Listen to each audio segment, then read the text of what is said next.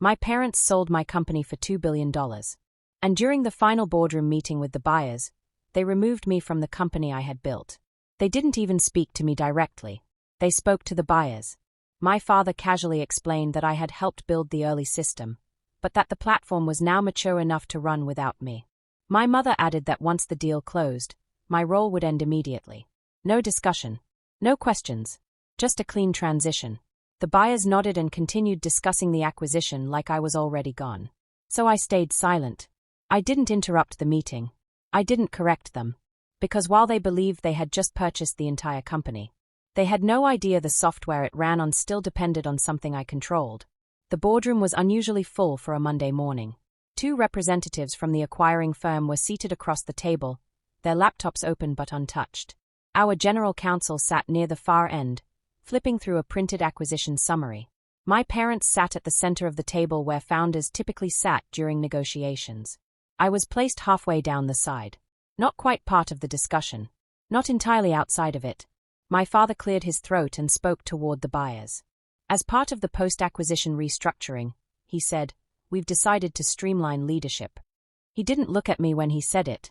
My mother continued smoothly, the way she always did during investor calls. Operational leadership will transition to a professional management structure.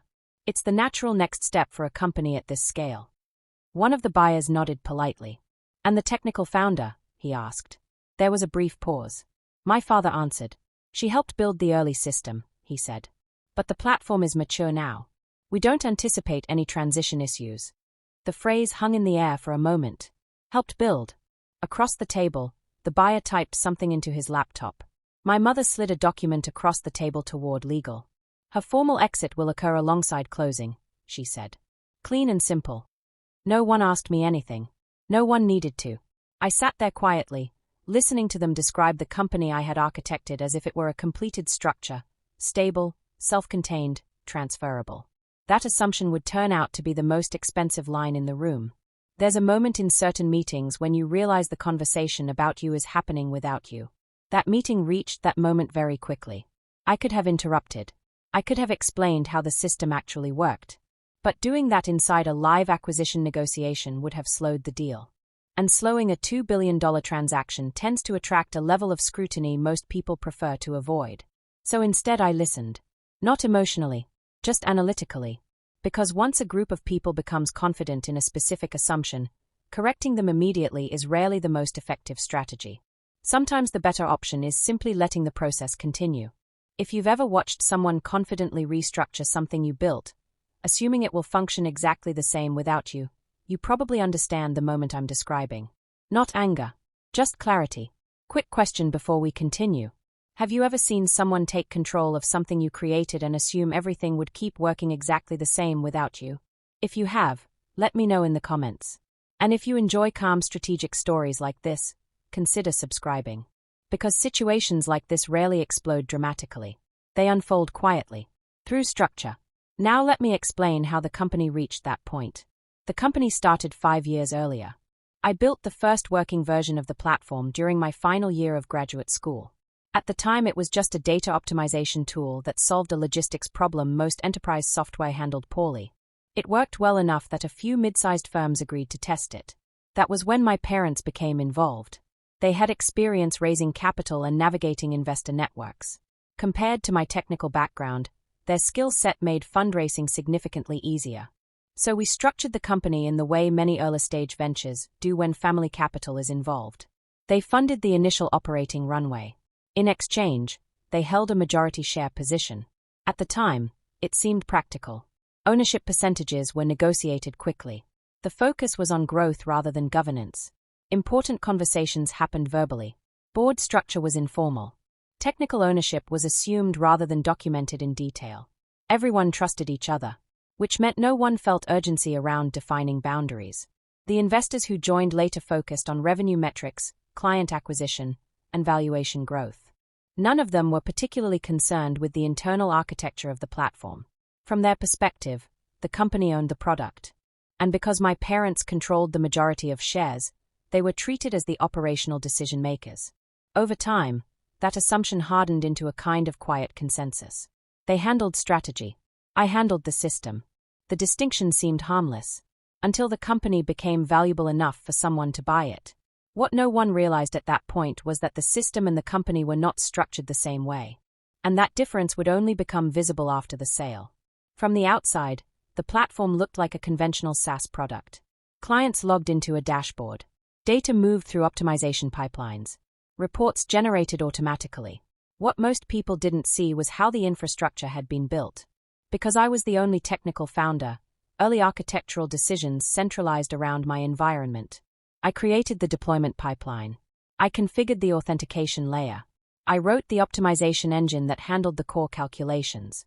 As the company grew, developers joined the team, but their work flowed through the system architecture I had already established. That wasn't unusual for a startup. Founders often build the first infrastructure themselves. But the structure of that infrastructure matters, particularly when no one stops to examine where control actually lives. During acquisition discussions, the buyers treated the platform as a conventional asset transfer. Servers could be migrated. Teams could be reassigned. Management could be replaced. In theory, all of that was correct. They simply assumed the system itself functioned independently of the person who had originally designed it. Reliability hides dependency. And the platform had been reliable for years. Some people later asked why I didn't raise concerns during the acquisition meetings. The answer was straightforward. Speaking early would have complicated the sale. Complication introduces scrutiny. Scrutiny creates negotiation pressure. And negotiation pressure often results in rushed decisions that weaken legal clarity. Silence allowed the documentation process to finish exactly as the buyers expected. There is also a misconception that control is defined by who can log into a system. That isn't usually true. Access and ownership operate under very different rules. People confuse access with ownership. The acquisition team had access. What they didn't fully evaluate was the structure governing the platform itself. If you enjoy stories where the real power is hidden inside systems and contracts, subscribe to the channel. Most people miss how these situations actually unfold.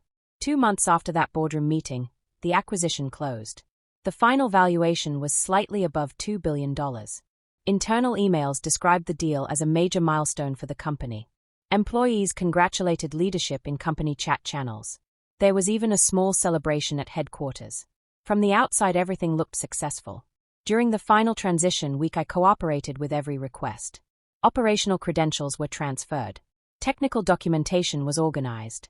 Architecture diagrams were provided to the incoming engineering team. I attended the final transition meetings, answered their questions, explained how certain internal processes worked. And at the end of the week, I signed the separation paperwork. I handed over my building access badge, packed the few personal items in my office, and left the building. Everything about the exit looked clean and professional. But what those transition documents did not transfer were the intellectual property licensing agreements attached to the optimization engine I had written years earlier. No one mentioned them during the acquisition process. Not because they were hidden, but because no one thought they were important. That assumption would quietly reshape the entire acquisition. Software platforms are rarely a single piece of code. They are ecosystems of components that interact under specific permissions. In our platform, the most important component was the optimization engine. Every calculation passed through it. Every client output depended on it. Years earlier, during incorporation, a legal advisor had suggested protecting the algorithm separately as intellectual property. So the engine was registered under a personal IP structure rather than as a corporate asset. The company received a perpetual operational license. As long as that license remained valid, the system would function normally. Clients would never notice anything unusual. But structural modifications required authorization from the IP holder, which meant expanding the system required approval from whoever owned the algorithm. For 5 years, no one paid attention to that distinction, because the platform worked perfectly. And when systems work smoothly, people rarely examine the legal structure underneath them. 3 weeks after the acquisition, the new engineering leadership began planning their first major upgrade. The acquiring firm wanted to scale the platform internationally. Scaling required modifying the optimization engine to support additional regional datasets. During the upgrade process, the system requested license validation for modification privileges. Without the authorization key, the upgrade could not proceed. The existing system continued operating normally. Clients experienced no disruption. But every attempt to expand or modify the core engine stopped at the same boundary: authorization. At first, the engineering team assumed it was a configuration issue. Then they assumed it was a server permission error. Eventually, they began examining the licensing structure attached to the algorithm itself. That was the moment they realized the system depended on authority they did not control. Eventually, the acquiring firm's legal department contacted me. The conversation was polite, professional. They asked if I could clarify the licensing structure attached to the optimization engine. I explained the arrangement exactly as it had existed since incorporation. The company owned the servers, the interface, the platform environment, but the algorithm itself was licensed intellectual property. Any modification required authorization from the registered owner, which remained me. There was no confrontation in that conversation, just clarification, structure correcting an assumption. The acquiring firm's lawyers requested the original corporate formation records. They compared them with the acquisition agreement. The documents aligned exactly with what I had described. The acquisition contract transferred the company and its assets. But the proprietary algorithm had never been listed as a corporate asset. It had always been licensed, which meant the valuation assumed a level of ownership that technically did not exist. When this realization reached the executive teams, the tone of communication shifted quickly. The buyers paused several of their planned integrations. Their engineers confirmed that replicating the engine from scratch would require years of redevelopment and extensive client disruption. Internally, my parents faced a different problem. During negotiations, they had represented the platform as a fully transferable technology stack. From a financial perspective, that assumption had supported the $2 billion valuation. Now the structure of the system suggested something different. The company could operate as it was. But expansion depended on an authorization that had never been included in the sale. Reality corrected the assumption the boardroom had made months earlier. The platform still worked, but the future they had purchased was suddenly uncertain. A few weeks later, the acquiring firm contacted me again. This time they proposed renegotiating the licensing structure. They offered two possible options: purchasing the intellectual property outright, or bringing me back as a senior technical executive responsible for platform evolution. Both proposals were presented professionally, but I declined them. My involvement with the company had already ended.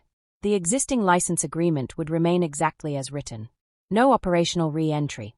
No renegotiated ownership transfer. Just the structure that had existed from the beginning. From the outside, the company continued operating normally. Employees kept their jobs. Clients continued using the platform. Most people never noticed anything unusual. But the assumption that the platform could evolve independently of its original architect had quietly disappeared. I began building something new soon after. Different infrastructure. Different ownership structure. Every component documented clearly from the start. Because one lesson had become very clear. Companies can change hands. Leadership teams can be replaced. Boardroom decisions can remove people from organizations they built. But systems follow the structure that defines them. And structure does not change simply because someone assumes it has. If you enjoy calm strategy stories like this, subscribe and turn on notifications. And if you've ever seen a situation where the real leverage wasn't obvious until much later, share it in the comments. Those situations are often the most interesting ones. The boardroom believed they had purchased a finished system. But software does not move forward simply because someone owns the company. It moves forward because the structure that defines it allows it to.